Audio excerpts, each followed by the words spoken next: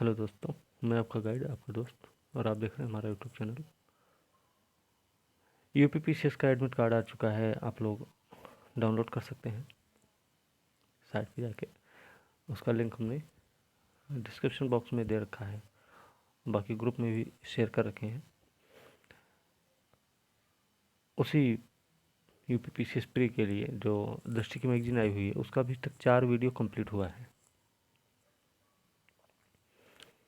आज ये 5वां वीडियो है और इसमें हम आर्थिक परिदृश्य देखेंगे, राजकोषीय घटनाक्रम के बारे में। इसी के तहत हम बजट भी कवर करेंगे, ठीक है। इस वीडियो के बाद एक जो वीडियो आएगी वो उसमें हम कुछ हो सके तो यूपी स्पेशल देख लेंगे। अभी करीब 4 से 5 वीडियो और बनाएंगे इसमें, ठीक है। तो चलिए बिना समय गंवाए हम शुरू करेंगे आज का लेक्चर, जो कि देश विदेश की आर्थिक महत्व की घटनाओं, आर्थिक संगठनों की गतिविधियों पर दृष्टिपात देखेंगे, राजकोषीय घटनाक्रम देखेंगे। सबसे पहले हम देखेंगे कि रैंप योजना क्या है। तो यह एमएसएमई के प्रदर्शन को बेहतर बनाने और गति प्रदान करने पर, ठीक है, 808 मिलियन अमेरिकी डॉलर या फिर 6062.45 करोड़ रुपए के विश्व बैंक से सहायता प्राप्त कार्यक्रम को मंजूरी प्रदान की गई है, ठीक है, केंद्रीय मंत्रिमंडल के द्वारा। इसकी जो अवधि है वो 5 वर्ष की है, ध्यान रखना। 5 वर्ष की अवधि के लिए, मतलब 2021-22 से लेकर 2025-26 तक के लिए है। रैंप योजना, इसका जो फुल फॉर्म है वो है racing and accelerating MSME performance, ठीक है। विश्व बैंक से सहायता प्राप्त केंद्रीय क्षेत्र की योजना है। इसमें जो व्यय होंगे वो राष्ट्रीय एमएसएमई सुधार एजेंडे को लागू करने में होंगे, एमएसएमई क्षेत्र के केंद्र राज्य सहयोग में तेजी लाने में होंगे, प्रौद्योगिकी उन्नयन योजना की प्राथमिकता प्रभावशीलता बढ़ाने से में होंगे, एमएसएमई के लिए प्राप्य वित्त पोषण बाजार को मजबूत करने में होंगे, सूक्ष्म लघु उद्यमों ग्रीनिंग एंड जेंडर डिलीवरी के लिए क्रेडिट गारंटी ट्रस्ट की प्रभावशीलता बढ़ाने में होंगे। साथ ही विलंबित भुगतान की घटनाओं को कम करने में इनका यूज किया जाएगा। एमएसएमई में सुधार और मजबूती हेतु यूके सिन्हा समिति, केवी कामथ समिति और प्रधानमंत्री की आर्थिक सलाहकार परिषद द्वारा सिफारिशें दी गई थी। तो ये जो समितियों का नाम हमने लिया है, ये एमएसएमई से संबंधित हैं। ये थोड़ा सा पॉइंट हमें याद रखना है। इसमें रैंप योजना के उद्देश्य क्या है भाई? उद्देश्य है एमएसएमई कार्यक्रम से जुड़े संस्थानों शासन को मजबूत करना है, बाजार और ऋण तक पहुंच को बेहतर बनाना है, केंद्र राज्य संबंधों साझेदारियों को बेहतर बनाना है, साथ ही एमएसएमई को भुगतान में होने वाली देरी का समाधान करना है और एमएसएमई को पर्यावरण के अनुकूल बनाना है। तो ये 5 उद्देश्य हैं इसके, ठीक है। केंद्रीय बजट देख लेते हैं 2022-23 का, ठीक है। बजट में जो व्यय का अनुमान है 39.45 लाख करोड़ का है और प्राप्ति भी 39.45 लाख करोड़ की है, ठीक है। कुल व्यय में 80.98% राजस्व खाता पर होगा, जबकि 19.02% पूंजी खाते पर व्यय करने का अनुमान है, ठीक है। इसी प्रकार से अगर हम राजस्व और पूंजीगत प्राप्तियों की बात करें तो कुल प्राप्तियों में 55.88% हिस्सा है राजस्व प्राप्ति का और 44.12% है हिस्सा पूंजीगत प्राप्तियों का, ठीक है। इतना हमें ध्यान रखना। ये मुख्य मुख्य बिंदु हम देख लेंगे बजट से संबंधित। राजकोषीय घाटा क्या भाई? राजकोषीय घाटा है 6.4% का। तो राजस्व घाटा क्या है? राजस्व घाटा है करीब 9,90,000 करोड़ रुपए का है, ठीक है। और ये प्रतिशत देखें तो 3.8% है। प्रभावी राजस्व घाटा 2.6% है। प्राथमिक घाटा जो है वो 2.8% है, ठीक है। राजकोषीय घाटा क्या होता है? राजस्व घाटा क्या होता है? प्रभावी राजस्व घाटा क्या है? प्राथमिक घाटा क्या है? तो ये सब हमने आपको इकोनॉमिक्स में पढ़ा रखा है। नहीं आपको पता है और आपको ध्यान नहीं तो आप एक बार इकोनॉमिक्स वाला वीडियो देख सकते हैं। व्यय और प्राप्ति के स्रोत देख लेते हैं। तो व्यय में सबसे बड़ा हिस्सा जो है ब्याज अदायगी का है, ठीक है। दूसरे नंबर पर किसका है? तो दूसरे नंबर पर हिस्सा है कर और शुल्कों में राज्यों का हिस्सा। तीसरे नंबर पर आपका आता है केंद्रीय क्षेत्र की योजनाओं के लिए है और चौथे नंबर पर है वित्त आयोग और अन्य अंतरण के लिए, ठीक है। तो पहला, दूसरा, तीसरा खास करके ध्यान रखना भाई। प्राप्ति के स्रोत में देख लें तो प्राप्ति के स्रोत में सबसे बड़ा हिस्सा अगर किसी का है तो वो है उधार और अन्य देयताओं का। ठीक है, दूसरे नंबर पे है वस्तु सेवा कर का है, तीसरे नंबर पर निगम कर और आयकर का है। ठीक है, ये थोड़ा सा हमें ध्यान रखना है, फर्स्ट, सेकंड और थर्ड। ठीक है, ये चीज़ हमें याद रखनी भाई। ओके, चलिए आगे देखते हैं भुगतान ब्याज भुगतान। ये अब उसका व्याख्या दिया गया है। ठीक है, तो इसमें एक चीज़ याद रखना, जो पेंशन पर कितना खर्च हो रहा है, 2,07,132 करोड़ रुपए। रक्षा पर 3,85,370 करोड़ रुपए है। जबकि ब्याज के लिए कितना है, ब्याज के लिए भैया 9,40,651 करोड़। तो सबसे ज़्यादा किसके लिए है, ब्याज के लिए है। ठीक है, और दूसरे नंबर पर नाम आता है 3,85,317 करोड़ का, जो कि रक्षा के लिए है। ठीक है, और तीसरे नंबर पर किसका है, तीसरे नंबर पर है 3,51,851 करोड़ रुपया, जो कि परिवहन के लिए दिया गया है। तो ये भी हमें थोड़ा सा याद रखना, ध्यान में रखना है। ठीक है, योजनाओं के लिए जो आवंटन किया गया है उसमें देख लीजिए, तो राष्ट्रीय स्वास्थ्य मिशन एनएचएम के लिए है 3,78,000 करोड़ रुपए, 60,000 करोड़ नहीं 37,800 करोड़ रुपया है राष्ट्रीय स्वास्थ्य मिशन के लिए। 60,000 करोड़ रुपया जल जीवन मिशन के लिए है। राष्ट्रीय शिक्षा मिशन के लिए 39,553 करोड़ रुपया, 19,000 करोड़ रुपये प्रधानमंत्री ग्राम सड़क योजना के लिए है। पीएम किसान के लिए 68,000 करोड़ रुपया है। ठीक है, इस प्रकार से ये आवंटन है योजनाओं के लिए। कर की बात कर लें तो बजट अनुमान 2022-23 में सकल कर जो है 27,58 लाख करोड़ रुपए का है। इसमें सकल कर राजस्व जीडीपी का 10.7% का है। इसमें प्रत्यक्ष कर 5.5% और अप्रत्यक्ष कर है 5.2% का। ठीक है, शीर्ष 3 कर राजस्व देख लेते हैं। शीर्ष 3 कर राजस्व कौन कौन से हैं, जीएसटी का है, दूसरा है निगम कर, तीसरा आयकर है। ठीक है, ये हमें थोड़ा सा पॉइंट याद रखना है। कुल प्राप्तियों की कुल सब्सिडी की बात कर लें तो सब्सिडी में देखिए, इसमें खाद्य उर्वरक पेट्रोलियम ब्याज भुगतान के लिए है 96.33%। ठीक है, और इसमें खाद्य मद सब्सिडी और यूरिया सब्सिडी, इन सब के लिए खाद्य मद सब्सिडी 58.16% है। ठीक है, चलिए आगे देखते हैं। बजट में विकास को प्रोत्साहित करने के लिए 4 प्राथमिकताएं भी निर्धारित हुई हैं। कौन कौन सी 4 प्राथमिकताएं भाई, पहला तो है पीएम गति शक्ति, दूसरा है समावेशी विकास, तीसरा है उत्पादकता संवर्धन निवेश, उदीयमान अवसर, ऊर्जा संक्रांति और जलवायु परक कार्य है। ठीक है, और चौथे नंबर पर है निवेश का वित्त पोषण। तो पीएम गति शक्ति योजना क्या है, ये पीएम गति शक्ति 7 इंजनों, कौन कौन से 7 इंजन, इसके 7 इंजन का नाम याद रखना भैया, सड़क है, रेल है, एयरपोर्ट्स है, पत्तन है, सार्वजनिक परिवहन है, जलमार्ग और लॉजिस्टिक और से संचालित होगा। उद्देश्य क्या है, उद्देश्य भाई विश्व स्तरीय आधुनिक अवसंरचना तथा लॉजिस्टिक सहक्रिया का विकास करना। ठीक है, इसमें सड़क परिवहन का क्या है, ठीक है, ये सड़क परिवहन के लिए एक चीज़ ध्यान रखना कि 22-23 में राष्ट्रीय राजमार्ग नेटवर्क में 25,000 किलोमीटर अतिरिक्त जोड़ना है इसमें। ठीक है, एक चीज़ याद रखना। रेलवे के लिए क्या है, रेलवे में कवच क्षेत्र का विस्तार करना है। एक स्टेशन एक उत्पाद की अवधारणा को लोकप्रिय बनाना है, कवच का क्षेत्र विस्तार भी करना है। 3 वर्षों के दौरान नई पीढ़ी की 400 वंदे भारत का विकास और विनिर्माण भी करना है। ठीक है, समावेशी विकास में क्या है, कृषि खाद्य प्रसंस्करण के क्षेत्र में देख ले तो 2023 क्या है, राष्ट्रीय कदम वर्ष घोषित हुआ है। ठीक है, ये चीज़ हमें याद रखना है। इसमें एक चीज़ और याद रखना कि 163 लाख किसानों को 2.37 लाख करोड़ रुपए के एमएसपी का भुगतान भी किया जाना है। इसके अलावा केन बेतवा लिंक परियोजना के लिए 44,605 करोड़ रुपए की अनुमानित लागत से केन बेतवा लिंक परियोजना शुरू की जाएगी। ठीक है, इससे क्या होगा, 9,10,000 हेक्टेयर कृषि भूमि की सिंचाई भी होनी है।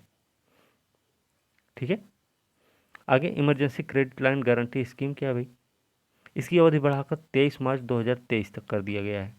ठीक है, गारंटी का दायरा कितना होगा, 50,000 करोड़ से बढ़ाकर 5 लाख करोड़ कर दिया गया। Credit guarantee trust for micro and small enterprises का पुनरुद्धार भी होगा। ओके, चलिए आगे देख लेते हैं।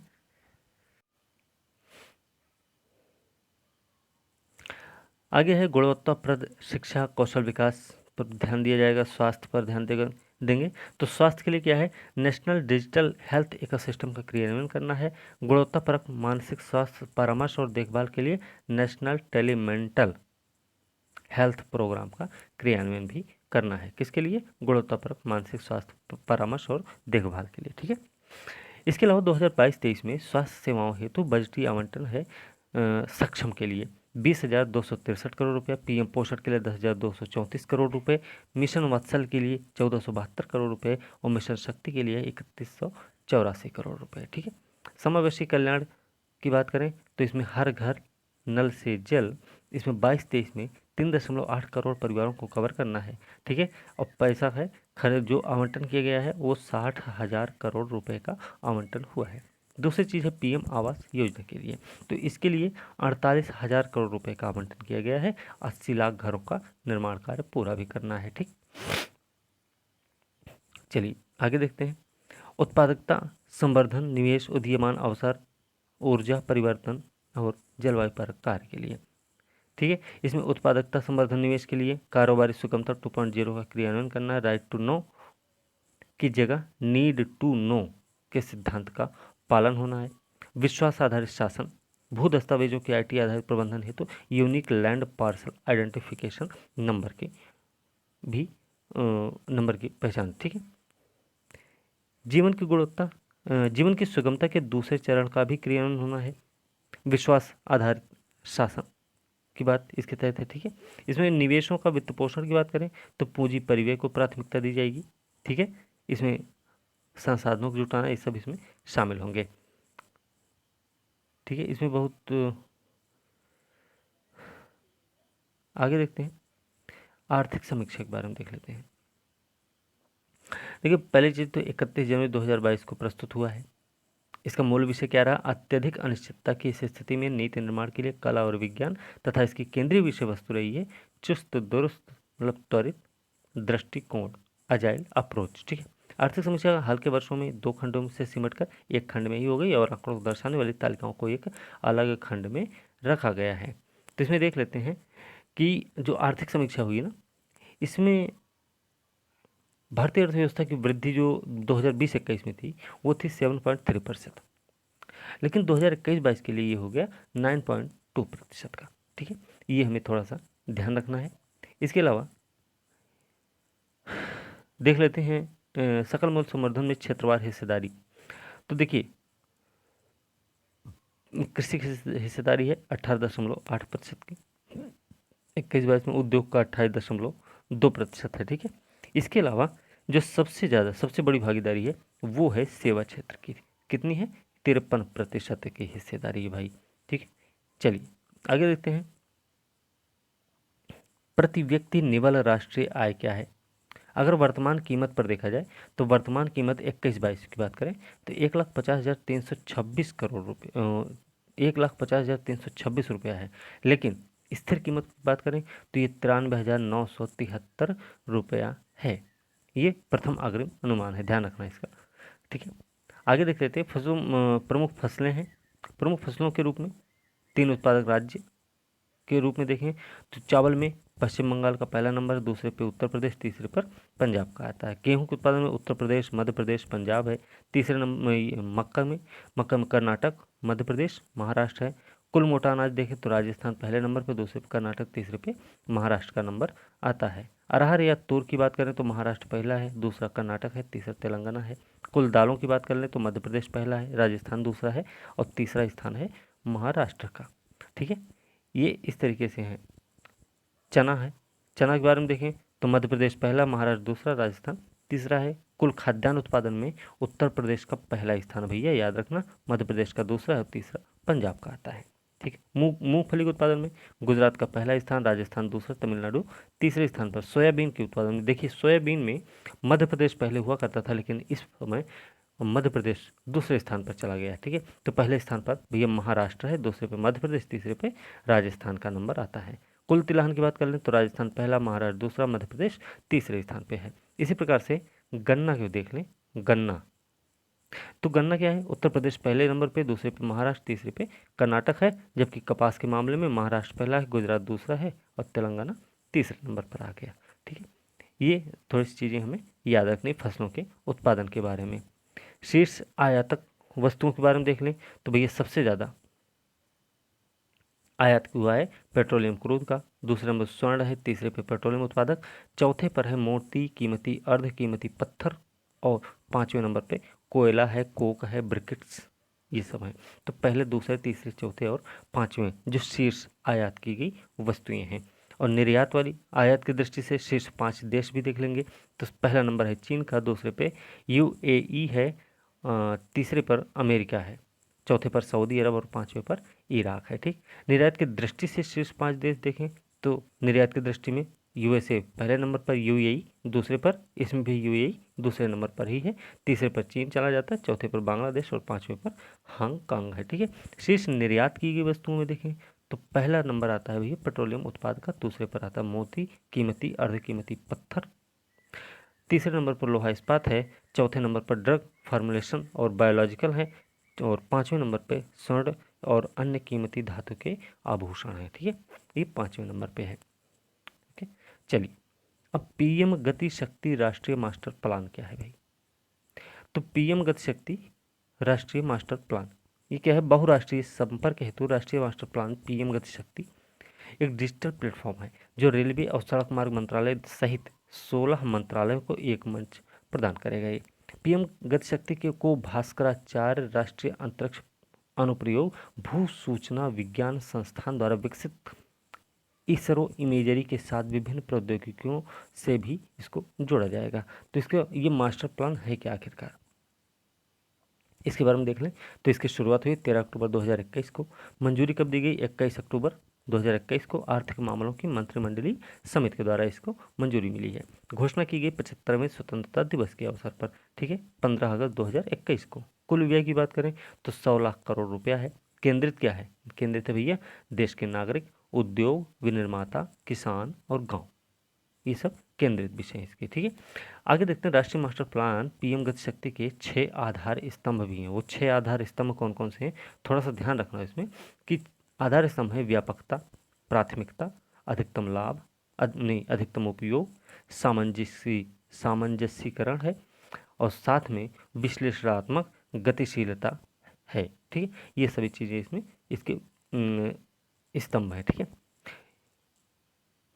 इसके लिए एक चीज़ और याद रखना है कि इसके कार्यान्वयन तथा निगरानी समर्थन तंत्र हेतु संस्थागत ढांचे की त्रिस्तरीय प्रणाली भी अपनाई गई है। जो कैसी है भाई, एक तो है सचिवों का आधार समूह है, अधिकार प्राप्त समूह है, दूसरा है नेटवर्क योजना समूह, तीसरा है तकनीकी सहायता समूह। ठीक है, ये भी चीज़ें हमको याद रखनी है इसमें। आगे देखते हैं राष्ट्रीय मुद्रीकरण पाइपलाइन, ये क्या भाई, ये है केंद्रीय वित्त कॉर्पोरेट कार्य मंत्री निर्मला सीतारमण के द्वारा इसकी शुरुआत हुई है।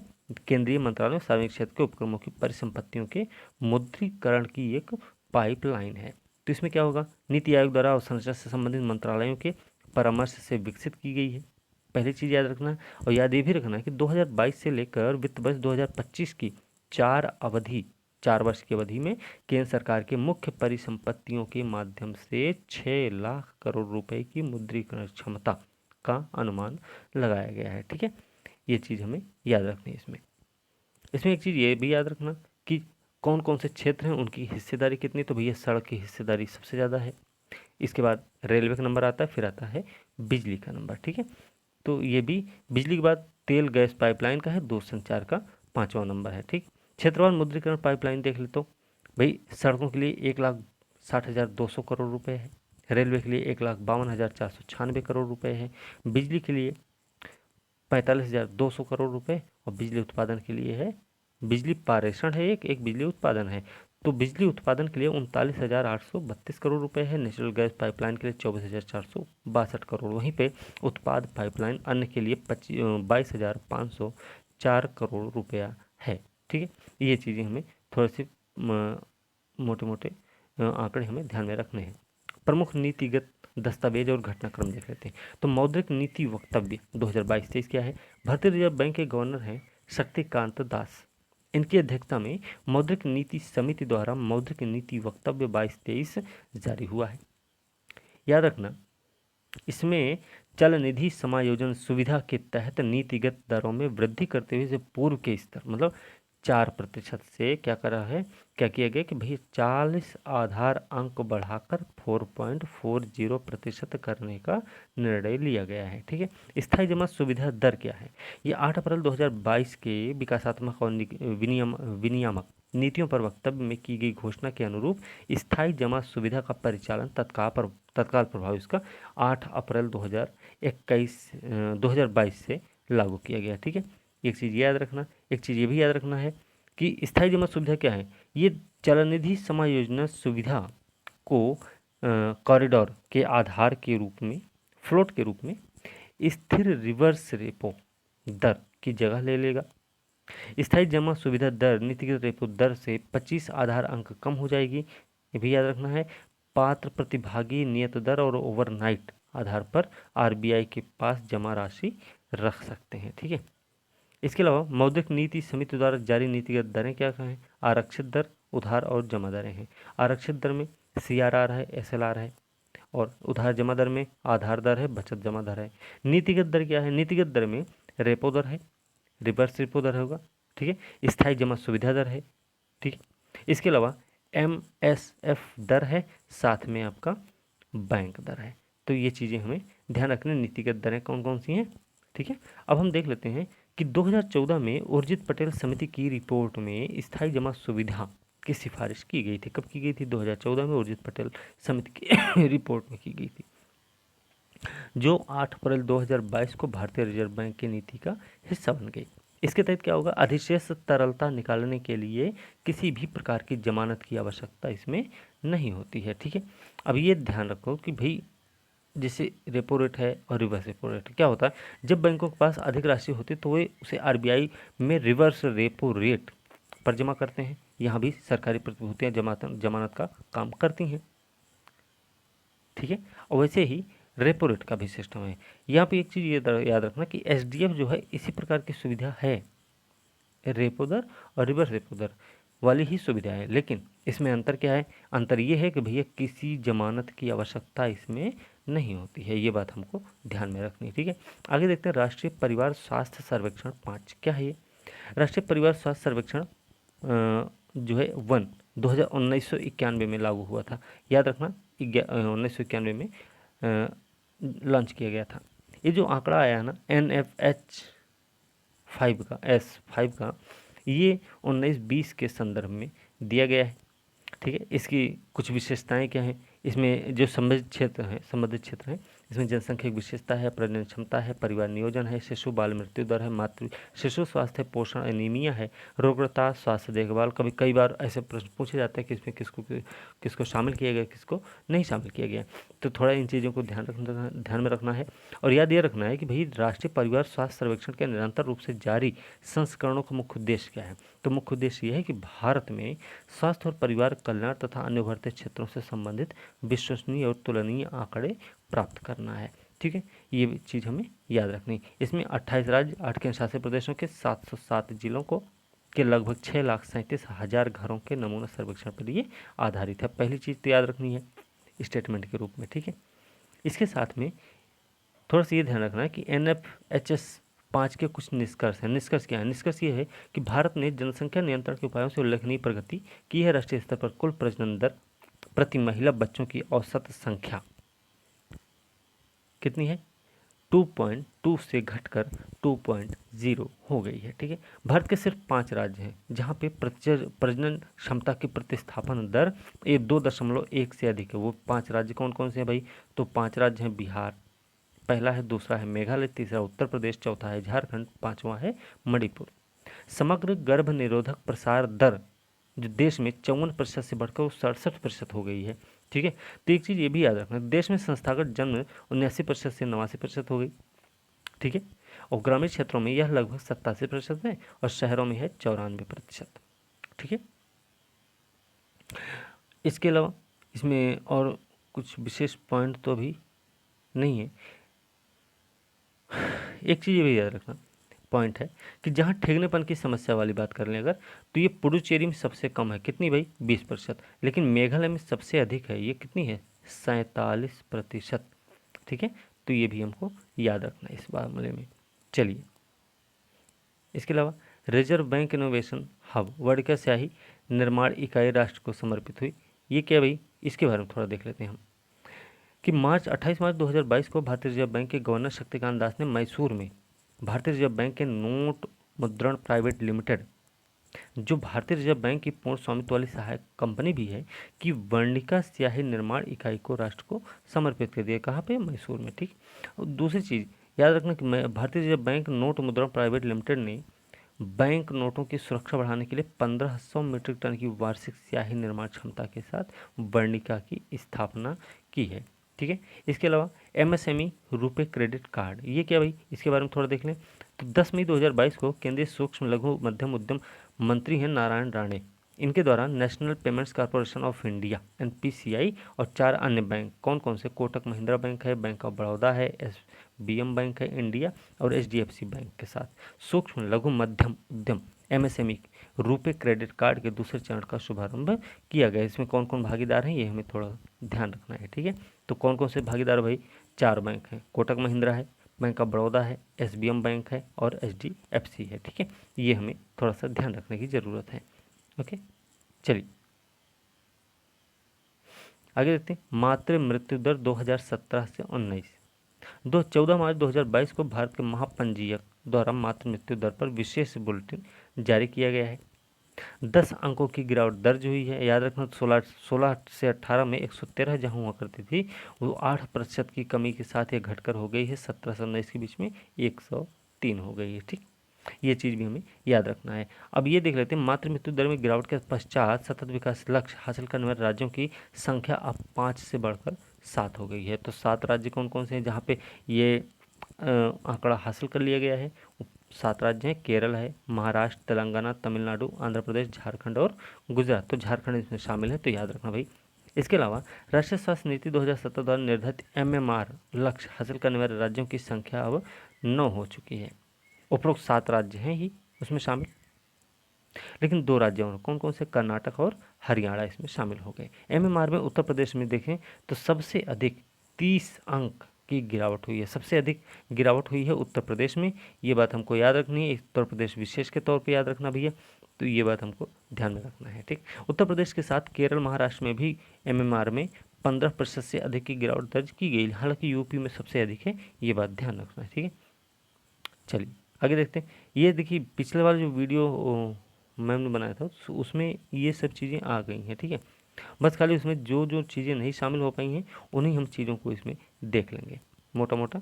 ठीक है, ये ऑफलाइन डिजिटल भुगतान फ्रेमवर्क क्या है, इसके बारे में थोड़ा सा हम ऐसे ही फैक्ट के रूप में याद रख लें कि 3 जनवरी 2022 को जारी हुआ है। जारी करता है आरबीआई।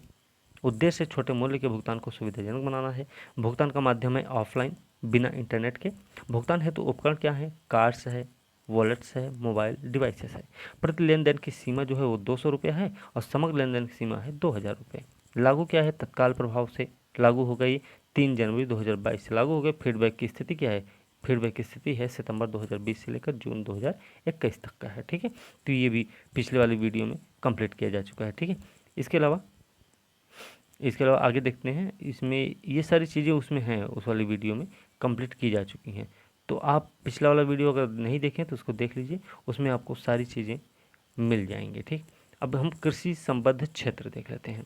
तो कृषि संबद्ध क्षेत्र की अगर आप बात करें तो इसमें पशुधन और पोल्ट्री पक्षियों की गणना हुई। 12 मई 2022 को केंद्रीय मत्स्य पालन पशुपालन डेयरी मंत्री पुरुषोत्तम रूपाला के द्वारा 20वीं पशुधन गणना के आधार पर नस्ल के अनुसार पशुधन और पोल्ट्री रिपोर्ट जारी की गई है। किसके अनुसार की गई है, नस्ल के अनुसार की गई। ठीक है, देश में पहली बार नस्ल के अनुसार डाटा संग्रह करने का काम 20वीं पशुधन गणना 2019 के साथ ही किया गया था। ठीक है, डाटा एकत्रित करने का काम कागज के स्थान पर टैबलेट कंप्यूटर का इस्तेमाल करके किया गया है।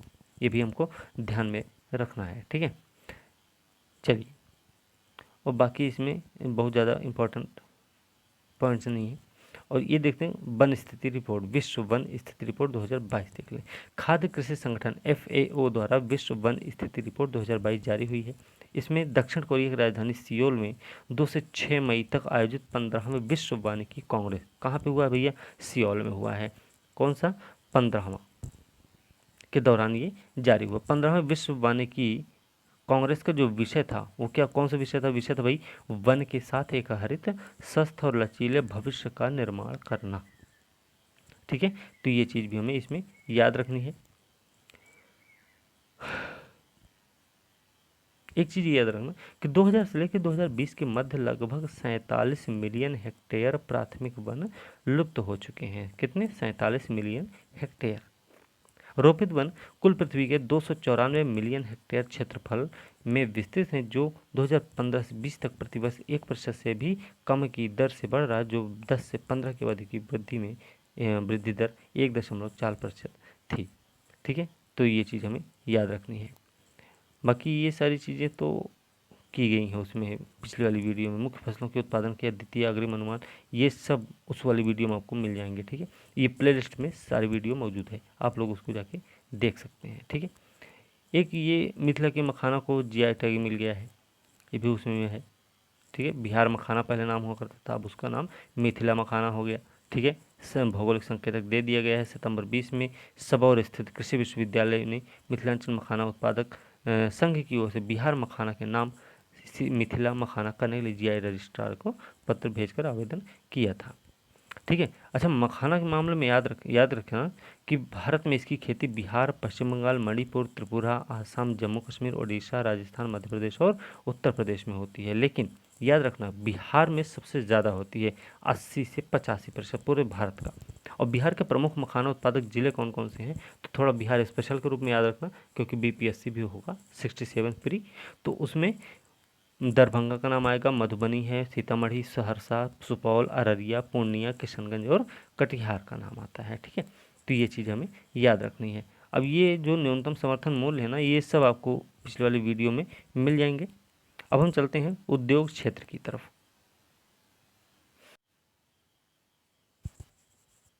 अंतर्राष्ट्रीय आर्थिक घटनाक्रम के बारे में देख ले, तो इसमें देखिए कुछ ही पॉइंट बचे हैं जो पिछली वाली उसमें पत्रिका में कंप्लीट नहीं हुए थे, क्योंकि पत्रिका तो वही है, बस अंतर ये है कि वो बीपीएससी के लिए निकली गई थी, तो पेपर वहाँ पहले ही था, इसलिए वो मार्च तक का कवर था, इसमें मई तक का कवर है। ठीक है, तो इसमें अंतर्राष्ट्रीय आर्थिक घटनाक्रम देख लेते हैं।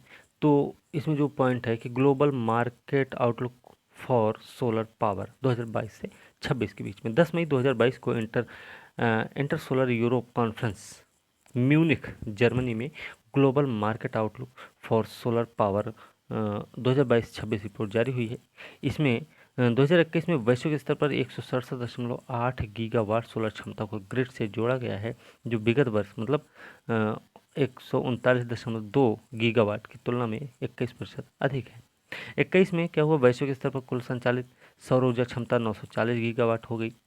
वैश्विक स्तर पर देखें तो विगत एक वर्ष में स्थापित कुल नवीकरणीय ऊर्जा में 56% सौर ऊर्जा संयंत्र स्थापित किए गए हैं, तो थोड़ा सा हमें ध्यान रखना है। ठीक है, आगे देखते हैं। इसके बावजूद भी वैश्विक स्तर पर कुल विद्युत खपत में सौर ऊर्जा की हिस्सेदारी मात्र 4% है, जबकि 70% हिस्सा किसकी है, अनवीकरणीय ऊर्जा स्रोत की है। ठीक है, तो यहाँ भी ये भी हमको ध्यान में रखना है। शुद्ध नवीकरणीय ऊर्जा उत्पादन क्षमता में शामिल अन्य स्रोत सोलर है, वायु, हाइड्रो, बायोमास और अन्य नवीकरणीय हैं इसमें शामिल। ठीक है, और अगर हम बात करें वैश्विक स्तर पर, चीन ने सबसे ज़्यादा सौर ऊर्जा क्षमता की स्थापना की, चीन ने।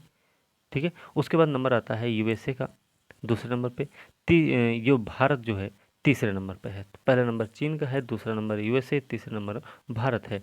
ठीक है, ये भी हमको सौर ऊर्जा क्षमता की स्थापना के मामले में ये ध्यान में रखना है। ठीक है, इसके साथ में और भी एक पॉइंट है, एशियन डेवलपमेंट आउटलुक रिपोर्ट आई है, अप्रैल 2022 में जारी हुई है। मनीला स्थित एशियाई विकास बैंक द्वारा एशियन डेवलपमेंट आउटलुक जारी हुआ है। कौन जारी करता है ये भी पता चल गया, कहाँ से जारी हुआ है ये भी पता हो गया। ठीक है, 2022 के लिए 5.2% अनुमान है जीडीपी वृद्धि दर। ठीक है, एशिया की जीडीपी वृद्धि दर 2023 के लिए यह 5.23% अनुमानित है। 20 और 21 में विकासशील एशिया की वृद्धि दर 0.8% और 6.9% रही है। ठीक है, चीन की जीडीपी दर की बात करें तो 5%, 2023 में 4.8% अनुमानित है, जबकि 20 और 21 में यह वृद्धि क्रमशः 2.2 और 8.1% रही। ठीक है, दक्षिण एशिया की बात कर लें तो जीडीपी वृद्धि दर 21 में 8.3% और 22 में 7% रही, जबकि 2020 में यही जो है -5.2% थी। तो 2023 के दक्षिण एशिया की जीडीपी जो है 7.4% है।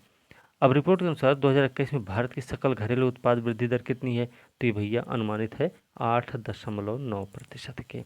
ठीक है, ये भी चीज़ हमको याद रखनी है। इसके अलावा बाकी सारे पॉइंट्स उसमें हैं पिछले वाले वीडियो में, आप उसको देख लेंगे तो आपको पता चल जाएगा उसमें। ठीक है, इसमें और ज़्यादा कुछ नहीं देखना है। वैश्विक सूचकांक भी उसमें है, हुरून वैश्विक गजल सूचकांक, ये सब उसमें दिया गया है पिछले वाली मैगजीन में, और वीडियो इसकी बन चुकी है, तो आप लोग उसे अच्छे से देख सकते हैं, उसमें सारी चीज़ें आपको मिल जाएंगी। ठीक है, ये सूक्ष्म दृष्टि है, वो इसमें नहीं देखेंगे। फिर हम चलेंगे वैज्ञानिक परिदृश्य की ओर। फिलहाल वैज्ञानिक परिदृश्य की बात कर रहे हैं, तो इसको हम अब देखेंगे अगली वाली वीडियो में। तो आज की वीडियो हम यही समाप्त करेंगे, अगली वीडियो के साथ कल मिलते हैं, तब तक के लिए धन्यवाद।